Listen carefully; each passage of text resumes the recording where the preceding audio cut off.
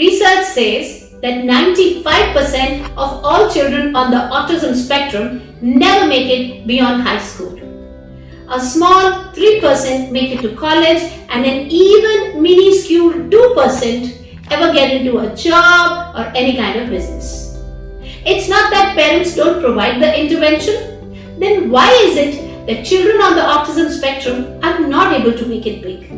Hello everybody. My name is Rajni and I'm a special educator with 15 years of work experience and 3 national level awards. I invite you to join me in my masterclass where I shall be discussing with you the tricks, the techniques, the step-by-step method of building your kid up to be successful and to be able to be a part of that 2% of the people.